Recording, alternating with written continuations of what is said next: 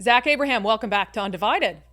Thanks for having me. Always fun to be here. Yes, we asked you on the show last week. It was before Kamala Harris was going to sit down for her first big interview. I was going to say one on one. It wasn't one on one, it was one on two. And so we asked you what she needed to say to convince Americans that she could improve the economy after 3.5 years of not improving the economy. So I want you to listen to this clip. Day one, it's going to be about one, implementing my plan for what I call an opportunity economy. I've already laid out a number of proposals in that regard, which include what we're going to do to bring down the cost of everyday goods, what we're going to do to invest in America's small businesses, what we're going to do to invest in families, for example, extending the child tax credit to $6,000 for families for the first year of their child's life to help them buy a car seat, to help them buy baby clothes, a crib. There's the work that we're going to do that is about investing in the American family around affordable housing, a big issue in our country right now. What do you think, Zach? Is that convincing to you? No, not at all. And I really don't mean this in a partisan way, right? But if you want to help American families, you extend the child tax credit for 1 year when the child's one. How about making higher education costs tax deductible? And see, and there's so many different examples of things you could do that actually would have an impact.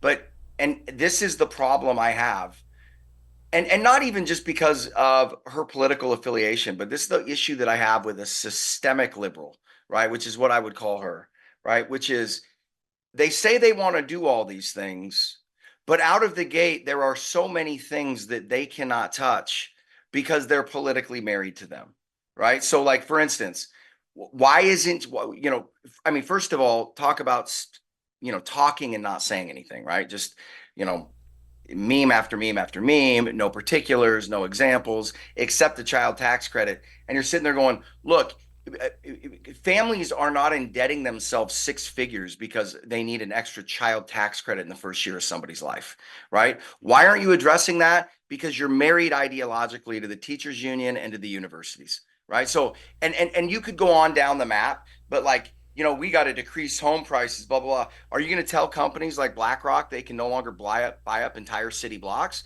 Oh, no, you're not going to do that because they put how many millions of dollars into your reelection campaign? She is so, and this is the issue you've got with systemic liberals. I would almost prefer a guy like Bernie Sanders, right? At least he's not, well, he wasn't quite as pristine and clean as everybody made him out to be, but somebody that's at least ideologically pure, right? Where she's just married to so many different special interests. What she's trying to do is talk and not step on anybody's toes. I mean, that's it, right? It's all nonsense. Yeah, it's interesting you bring up Bernie Sanders because it's kind of a comparison I say in Seattle. Like Shama Sawant, the former councilwoman, socialist, she was the most honest council member.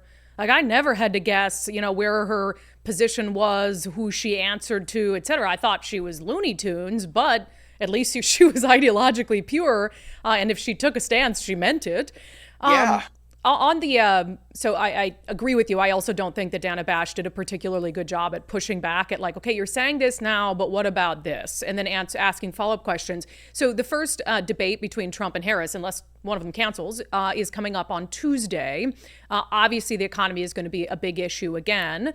So I already asked you, what you thought Harris ought to do or say. What about Trump? I mean, do you have some of the same concerns with him about ideological purity or, meaning what he says?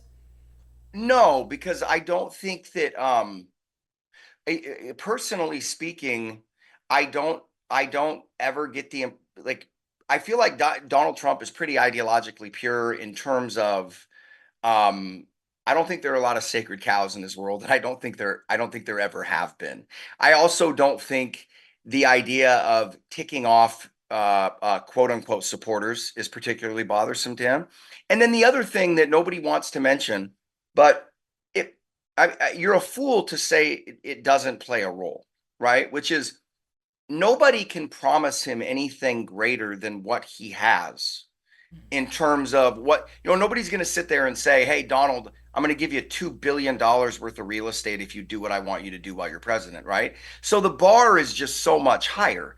I don't think he cares. Right. I think he's in kind of that unique. Not only is he the classic old man yelling at kids to get off his lawn, right? but it's also a palatial lawn because he's worth several $billions. So on the flip side of that coin, I would look at Donald and say, hey, I need you to be a little more like Kamala, right? I need you to be a little bit more tied down ideologically. And I also need you to quit with the personal attacks. Like, I'm looking at him going, my political strategy would be rope-a-dope, right? Sit back and let her punch herself out. Sit back and let her talk. When your enemy is destroying himself, don't interrupt, right? But that's what scares me about him is I'm like, Donald has to bark at every passing car. So if he can be restrained and stay out of the gutter and not hurl the personal epithets and insults and all that kind of stuff, just look, her record is horrific, right? It's just like she tees it up for you. You don't need to do anything, right? Just don't talk and give her a mic. Yeah, I agree. Bark at every passing car. That's a good analogy, although you referred to the former president as a dog, but that's fine. Well, That's fine. No, I'll send this to his campaign. No, but you make a good point. It's what I think he did successfully during his Biden debate is, and for different reasons, like you had to let people see the cognitive decline. And in order to do that, you had to shut up. And so in this case, you have to let people see her lack of knowledge on policy, and you have to shut up, and hopefully he can do it again. So Zach Abraham, we appreciate it. We will not see you next week. I will be in Vegas, and I will be enjoying it. what And a so, bummer. What a bummer. bummer Is this for me. vacation or business? It's vacation, but I'm always on business. But Where's it's vacation. where's the invite, No, man? no, don't even say that because you're on vacation literally all the time and you come back looking all bronzed and, relaxed. And Nicole and I are like, what the hell, Zach? So no, I don't even do it. So I'll see you the week after next, okay? All right, ladies. Thank you so much for having me.